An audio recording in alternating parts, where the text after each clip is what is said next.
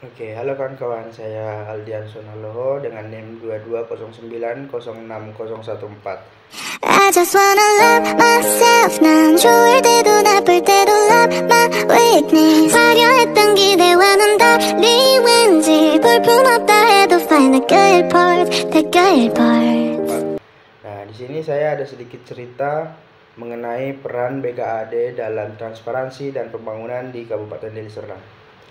Jadi, sebagaimana kita ketahui bahwasanya Deli Serdang itu memiliki salah satu upaya, yaitu mewujudkan daerah yang maju dan sejahtera, yang dimulai dari pengelolaan keuangan dan aset yang transparan serta akuntabel.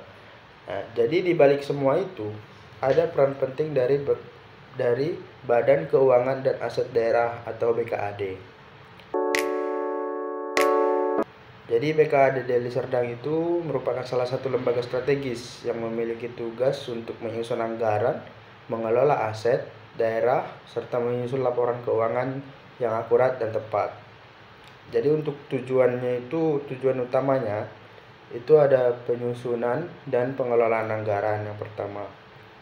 Lalu yang kedua itu ada pengelolaan aset daerah.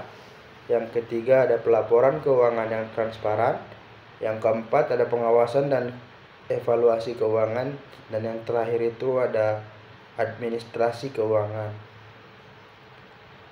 Untuk pertumbuhan ekonomi di Kabupaten Deli Serdang ini mencapai 5,34% pada tahun lalu, itu 2023, dengan kontribusi utama dari sektor perdagangan, transportasi, maupun pengolahan industri.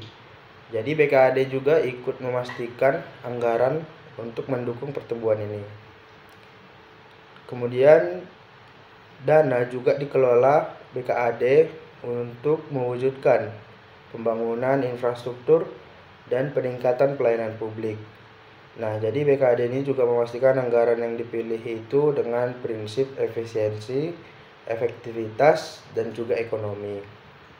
Nah, kemudian BKAD ini juga ada website resmi nih. Jadi BKAD ini memberikan akses kepada masyarakatnya untuk memantau transparansi pengelolaan keuangan daerahnya.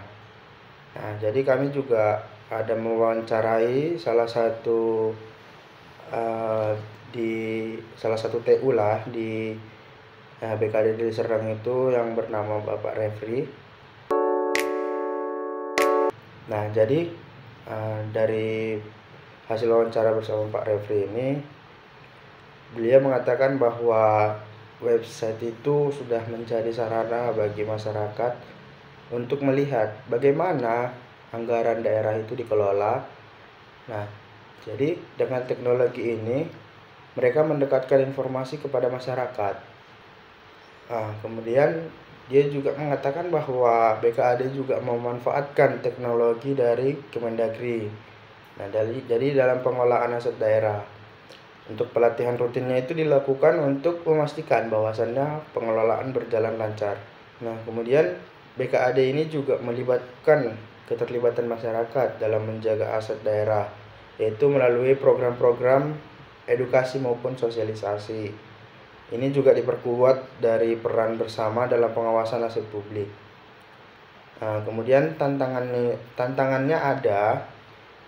Salah satunya yang paling sering dihadapi itu adalah keterlambatan laporan dari dinas lainnya yang mempengaruhi proses pelaporan BKAD secara keseluruhan. Melalui komitmennya tadi, yaitu transparansi, akuntabilitas, profesionalisme, BKAD Deli Serdang ini terus mendukung pembangunan daerahnya yang berkelanjutan. Nah, BKAD Kabupaten Deli Serdang ini juga mendukung transparansi untuk kemajuan bersama. Nah, jadi begitu kawan-kawan cerita dari saya selama berkunjung ke BKAD Deli Serdang.